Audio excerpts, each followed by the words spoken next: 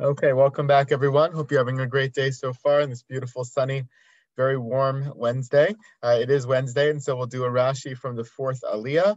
We've been talking about Parsha Shmini and some of the events that occurred. We talked about the beginning of the Parsha, how this is a description of the eighth day of the Miluim ceremony, the inauguration ceremony of the Mishkan. And the eighth day specifically was the transition day, Rosh Chodesh Nisan. It was the first of Nisan.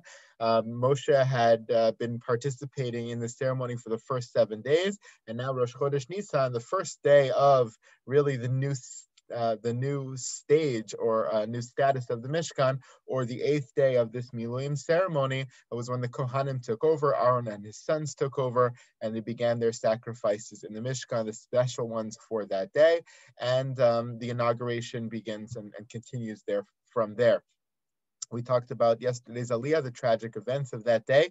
Wasn't only the celebratory moment of the inauguration of the Mishkan, but the tragic death of Nadav and Avihu, the two of Aaron's sons. Today's Aliyah is a very short one. Ravi is a very short Aliyah with not many Rashis, but there's one Rashi which piques my interest, which is a very important Rashi because it sets the stage actually for the next Aliyah and all of the psukim that come from there. In our Aliyah today, Moshe gives instructions to Aaron and his two remaining sons, Elazar and Itamar, for how to behave in the aftermath of the death of Nadav and Avihu. Pasuk says, "Vaydeber Moshe el Aaron vel Elazar vel Itamar banav hanotarim," the two remaining sons. K'hu et hamincha hanoterd mishe Hashem.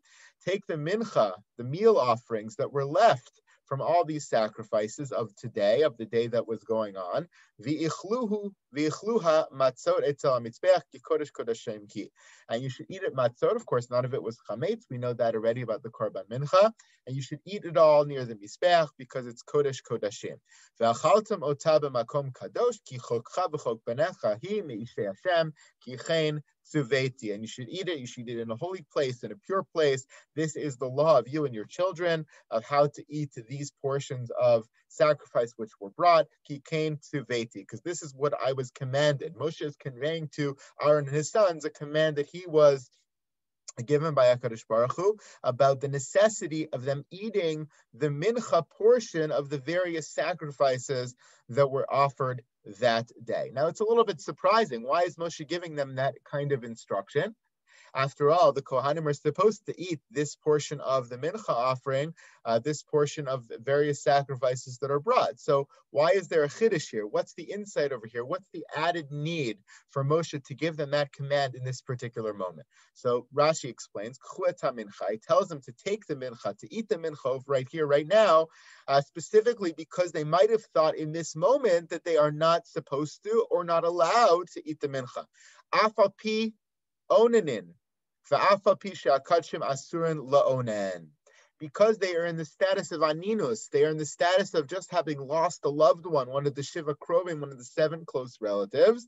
They are in the status of aninus. We have some relics of this status of aninus, which existed for Kohanim in the time of the Mishkan, the time of the Beis Hamikdash. We have some relics of it today in the period between death and burial, where we find ourselves onanin. We find ourselves chas v'sholem in this state of aninus, where you're in between. You're dealing with the needs of the burial, but not yet an avel. So that status has its origins in a status of the Kohanim after they had lost a loved one on that day of the death. And one of the prohibitions for a Kohen during that time period is to eat from the sacrifices, is to eat the sacrificial meat.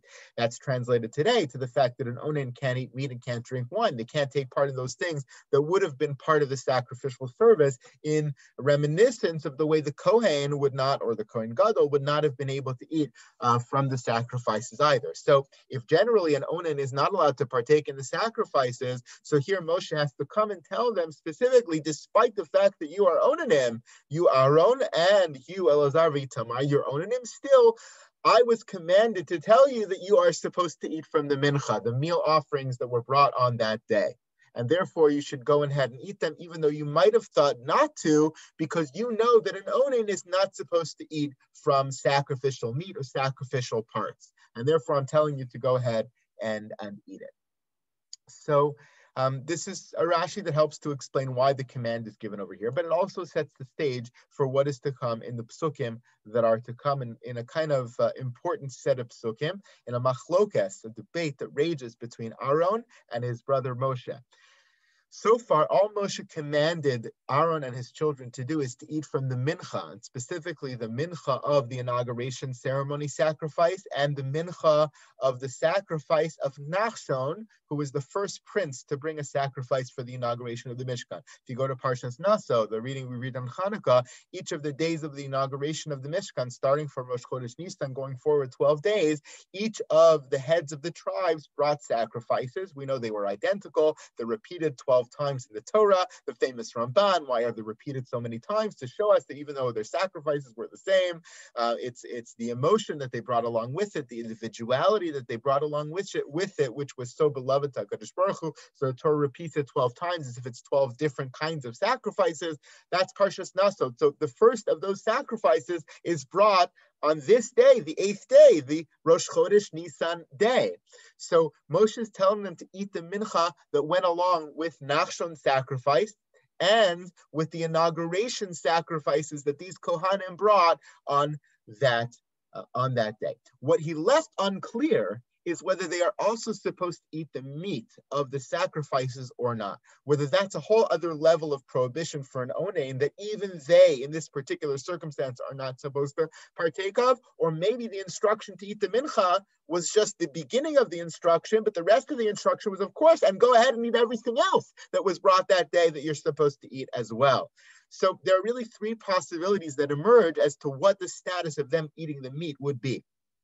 Either they were supposed to eat the mincha, but they're not supposed to be eating any of the meat of the sacrifices because of their status of aninus, their death of their loved one.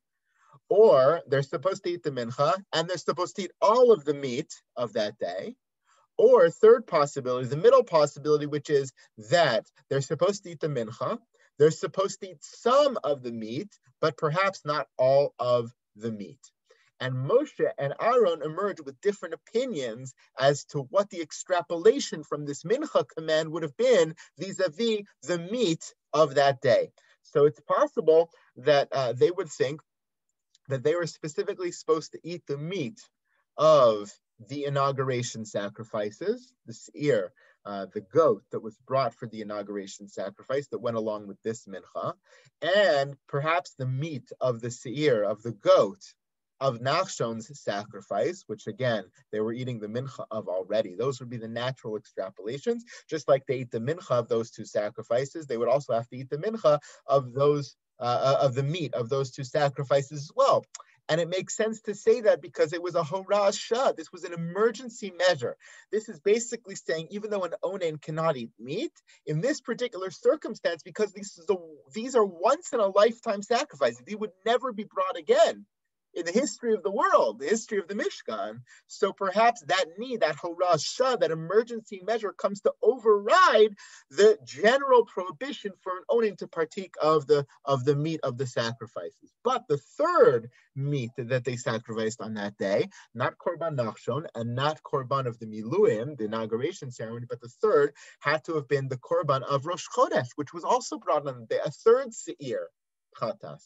A third goat was brought, and perhaps that meat they couldn't eat because that was not an emergency measure, kind of once in a lifetime opportunity meat. That was just the regular meat of the Rosh Chodesh sacrifice. So that's the middle possibility. Either they would eat all three, the meat of Nachshon sacrifice, the inauguration sacrifice, and the Rosh Chodesh sacrifice, or they would eat none of it, or perhaps they could extrapolate from the mincha command, like just they were able to eat the mincha of the Nachshon sacrifice and the inauguration sacrifice, so too they would eat the meat from those, but not the meat from the third seir, not the meat from the seir chatas of Rosh Chodesh, because that was not a once in a lifetime measure.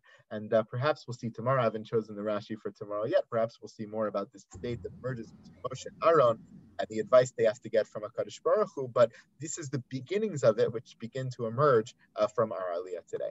Have a great day, everybody, and wish you all the best. Thank you, Rabbi. You too. Thank you so much, Rabbi. Have a good one. Thank Be you, well. Rabbi. Thank you, Rabbi. Have a good day.